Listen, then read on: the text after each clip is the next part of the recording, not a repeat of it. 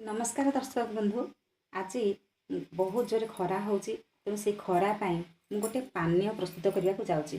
आम बाहर बहुत दामी दामी पानीय पीऊे जोटा कि आम शरीर पर बहुत क्षतिकारी किंतु आज गोटे घरोई मु पानीय बनैबी जोटा कि विशेषकर डायबिटीज भाई भौणी मानों हार्ट रोग की भाई भौणी मानों बहुत उपकारी। देखो मुझे आवश्यक उपकरण किसी रखी से बनवाई मु 2 ग्लास जो तोराणी बासी तोराणी रखी एवं आंब कषि अदा 2टा छेचिकी रखी किसी पुदीना पत्र रखी मेरसुआ पत्र रखी कांघिया पत्र किसी रखी किसी गोलमरीच पाउडर 2 चामच रखी।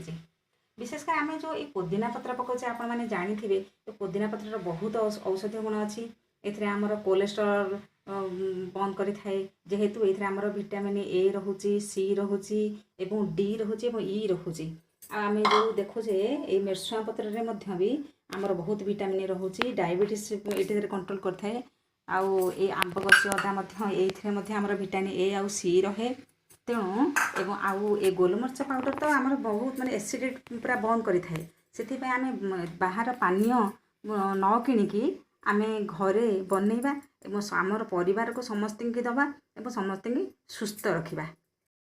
प्रथम आम ये पानीय ठंडा पानीय प्रस्तुति आम 2 ग्लास तोराणी दबा।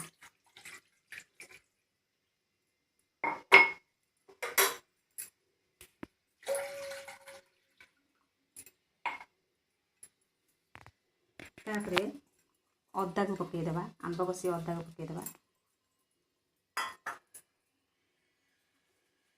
कांधिया पत्र 2-4टी पकईदबा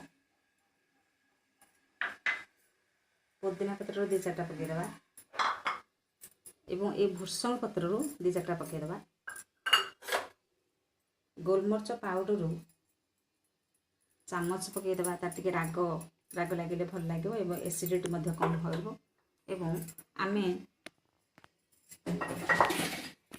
स्वाद अनुसार लुण 2 चामच पकईदबा जी आवश्यक आम हेती पकईबा।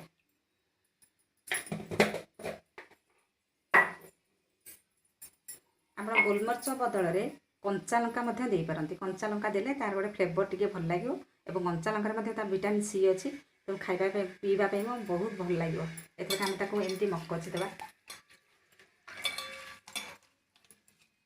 तार बास्ना बहुत बढ़िया आसो।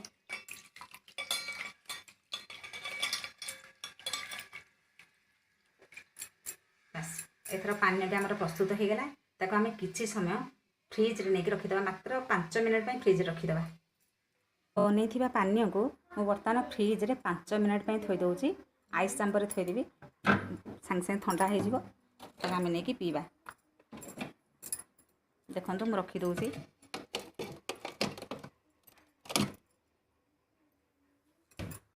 बर्तमान पानी ठंडा हो गला एथर आम ताको पीवा को दबा। तो जदि यही वीडियो आप देखा चाहूँगी तो मो चैनल को लाइक करूँ सब्सक्राइब करूँ। रोच धन्यवाद।